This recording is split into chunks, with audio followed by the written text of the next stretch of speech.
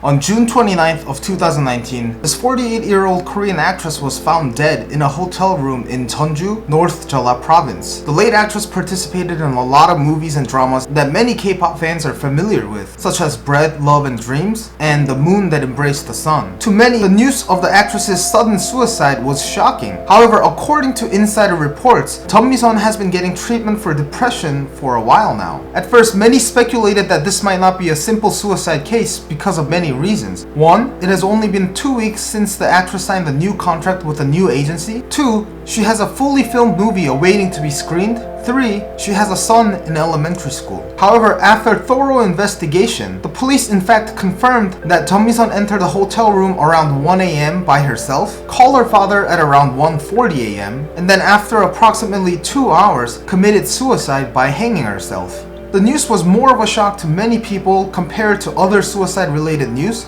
because, well, nobody really saw this coming. She had a successful career and a family. And even just few days before the suicide happened, the actress made a public appearance where signs of depression was not to be found. So before I proceed on to what I think about this issue and why Korea has some of the highest suicide rates, I pay all my respect to the late actress and hope that she'll be able to rest in peace. I think Jeon Misun's suicide does explain a lot about mental illnesses and suicide in Korea. Of course, I have heard many people on many occasions blame the Korean society and making speculations that people neglect the mentally ill people. And I do think that's true to a certain degree, but I think a big cause of the high suicide rate is the exact opposite. And what I mean by that is that mentally ill people try to hide their illnesses as much as possible. And I think the problem with the Korean society is the fact that there's a huge emphasis on responsibility and having to act your age.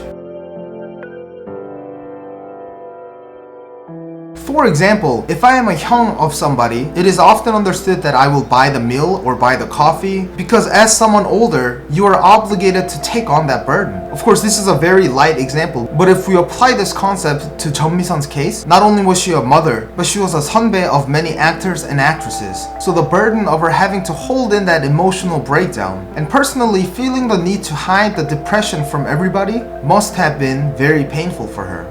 Of course, this is not to say that any of this is the actress's fault, but rather I am trying to explain that this emphasis on responsibility and having to act your age is a cultural thing that is very deeply embedded into the Korean culture. So much so that expressing your emotions to full honesty is very hard, especially as you get older. And like many of you know, no matter how old you are and what kind of position you have in society, depression and emotional breakdowns can reach you. And when that does happen, a lot of Korean people in Jeon Misun's age group feel more emotionally congested because they cannot express it to their sons or people who are below them in the social rank.